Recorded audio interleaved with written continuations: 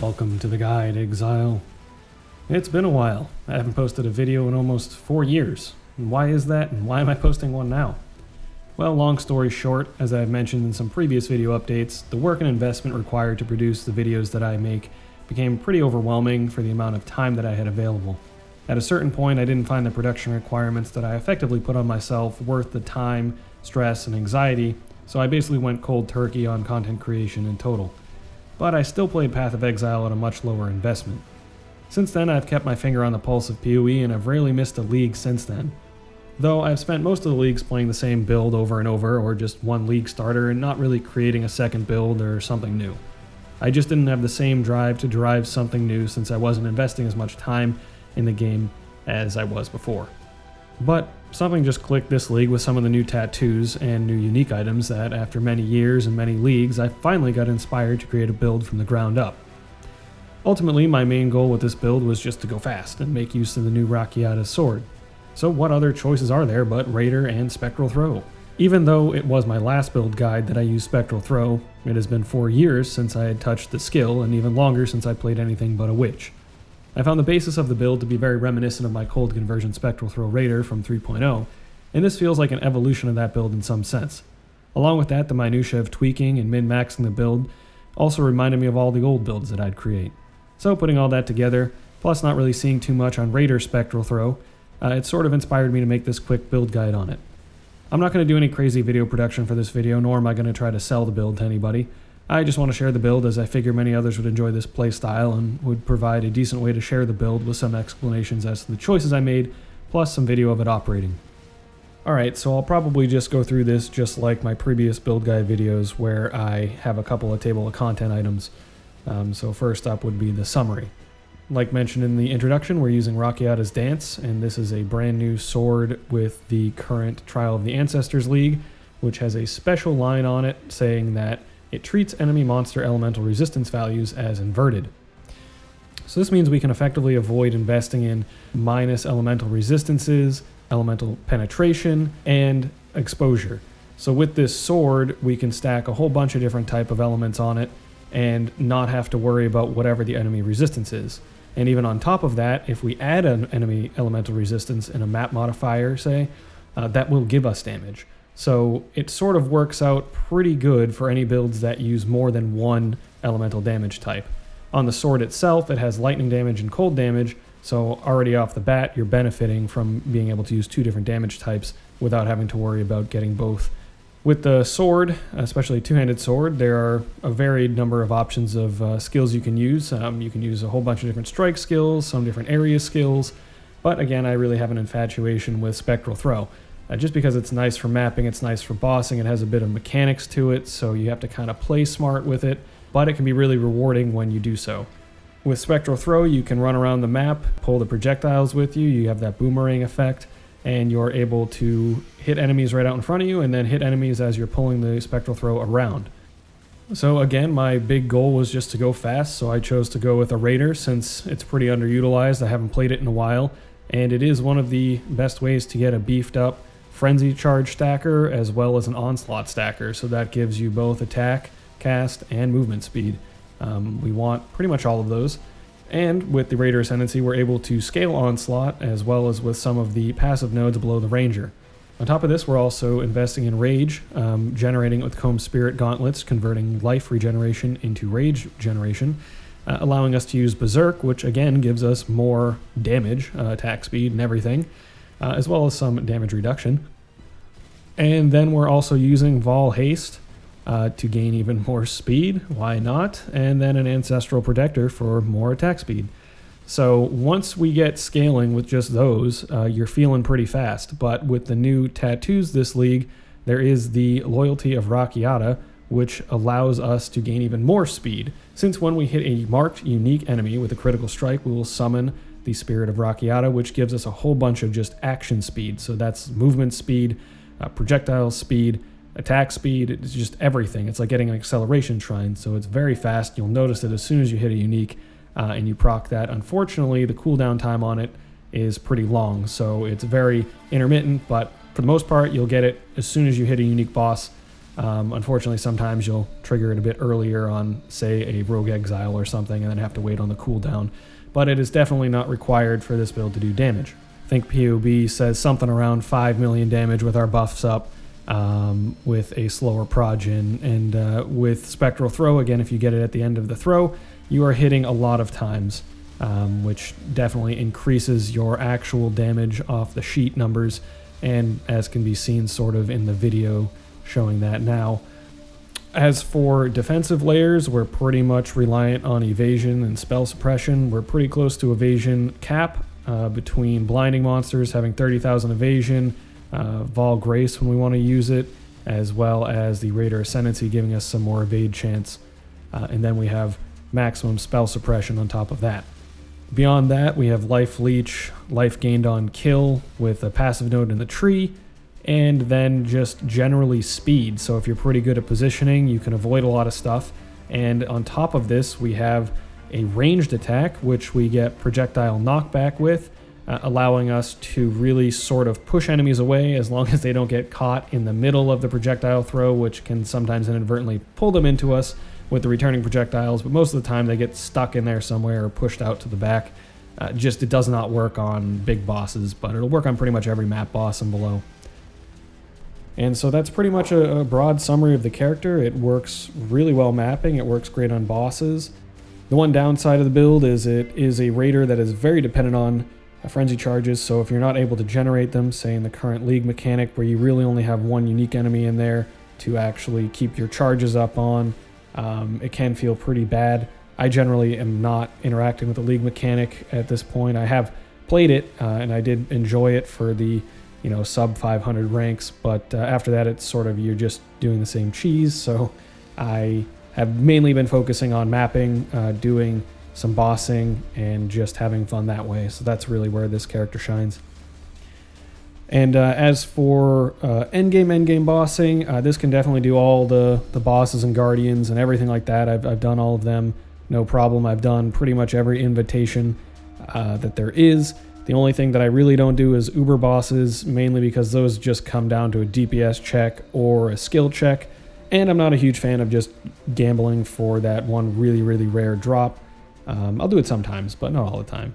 So for Ubers, I'm sure this will likely have enough damage for them, but it is one of those things that will be a skill check with this build because it doesn't have overblown defenses.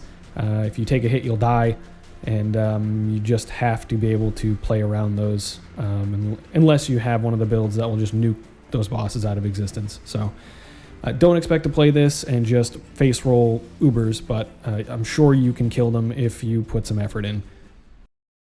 Alright, next up is the Ascendancy. Of course, we chose the Raider. My progression was Way of the Poacher for the extra Frenzy Charge generation and extra Frenzy Charge. Then it was Rapid Assault for the Onslaught.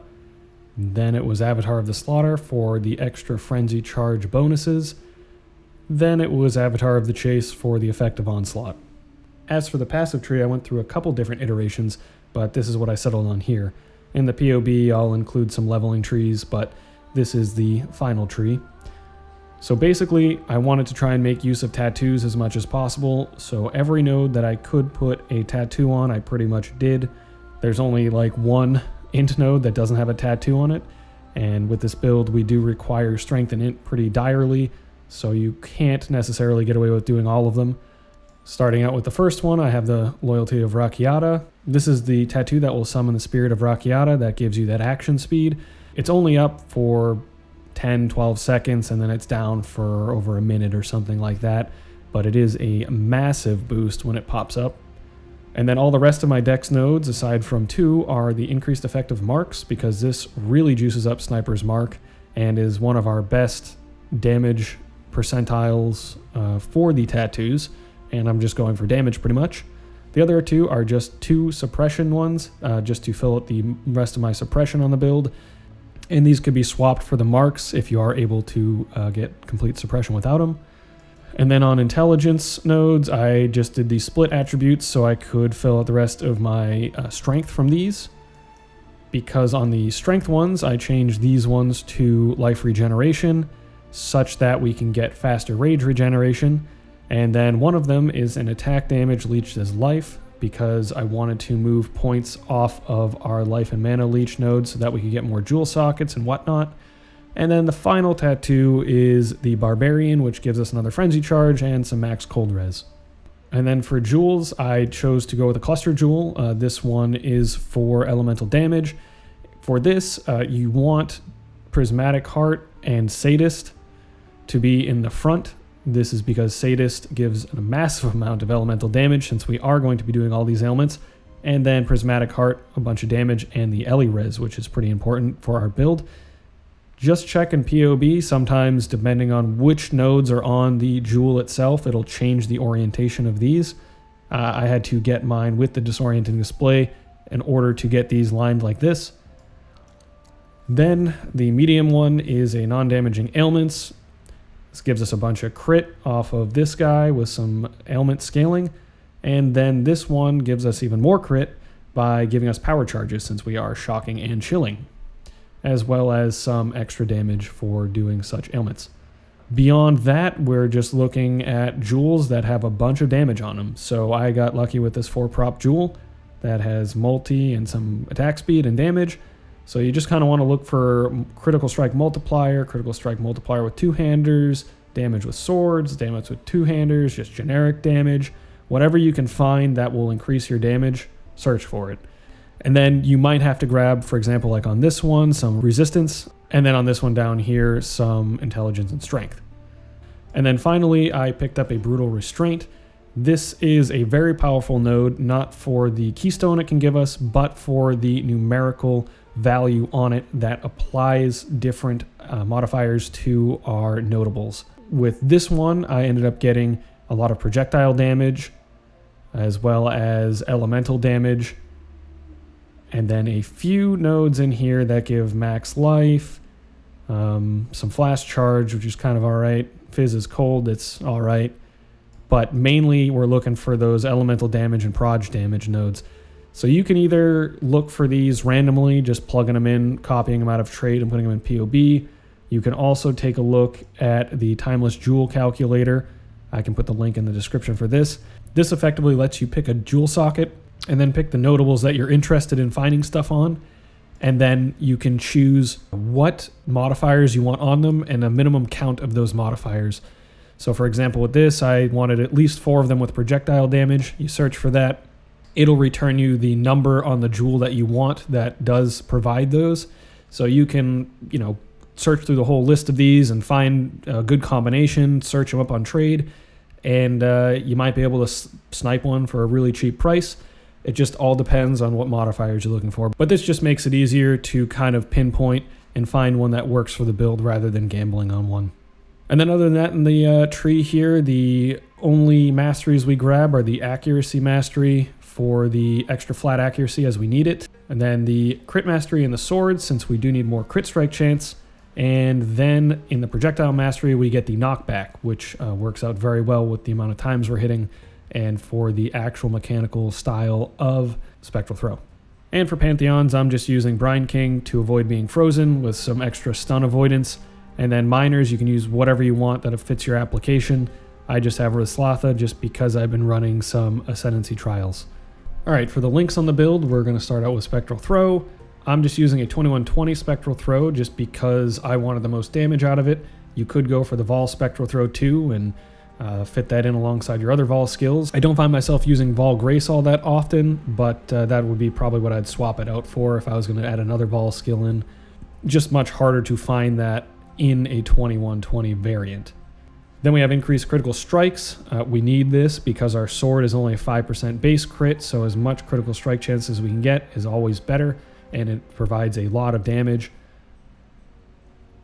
Ice Bite, since we have so many frenzy charges, this is giving us a massive amount of damage at 10 frenzy charges.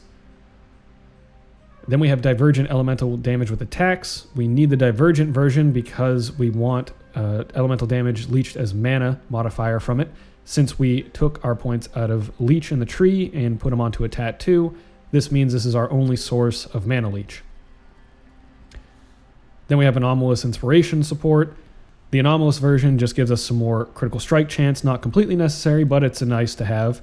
And then the inspiration support itself gives us more critical strike chance and elemental damage per inspiration charge, and also in turn reduces the cost of our Spectral Throw, which can get expensive having GMP. Speaking of GMP, that is our mapping option, and honestly can be used for most bosses. I've done a couple of different invitations and Guardian maps and things of that nature with just GMP in, and I totally forgot, and it was fine. But when we're going for a real single target, you want to swap in the slower proj, because this provides us with a lot more damage, as well as bringing that projectile in to a more controllable range so we can get them really on the end of the projectile throw. All right, then in the chest, we have our auras. So we have Grace and Vol Grace. Herald of Ice, great for clearing and explosions. Precision, we leave this low level just to cap out our accuracy, and then give us some extra critical strike chance. But if we level this up all the way, then you'll have a mana problem, so leave it low. Then we have a max level Vitality. This you want to max because we want as much life regen for our rage regen. And then an Enlighten, you could get a level 4, so you could get more open mana for cast when damage takens, but a level 3 will work just fine. Then the final slot is just a Blood Rage for attack speed. In the helmet, we have a Leap Slam for some movement and avoidance. And then we have our Mark on Hit Sniper's Mark.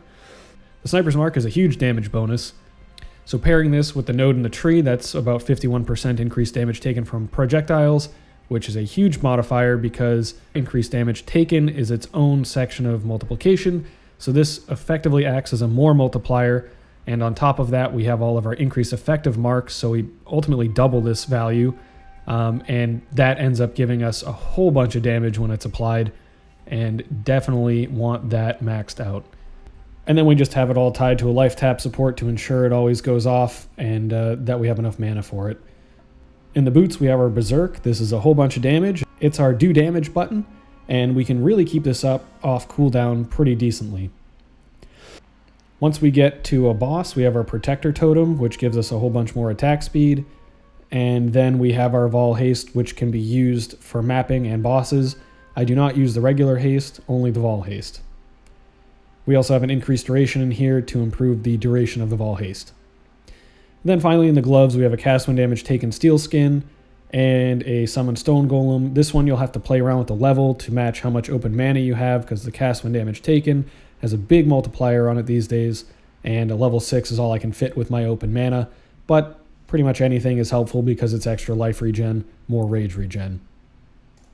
Alright, for the gear, we have, of course, the Rakiata's Dance. I went for one that had maximum attack speed and then, the best damage roll I could get after that.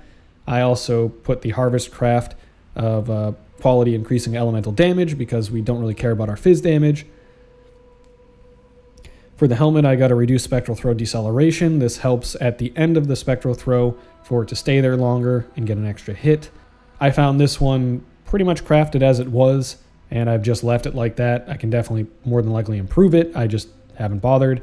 As for the Eldritch Ichors, I went with the one where unique enemy with extra attack damage, because that's where you really need it, and then reduced mana cost of attacks to help with our mana cost on Spectral Throw, because once we start attacking really fast, it is a big mana drain, though I have not seen it to be a problem thus far.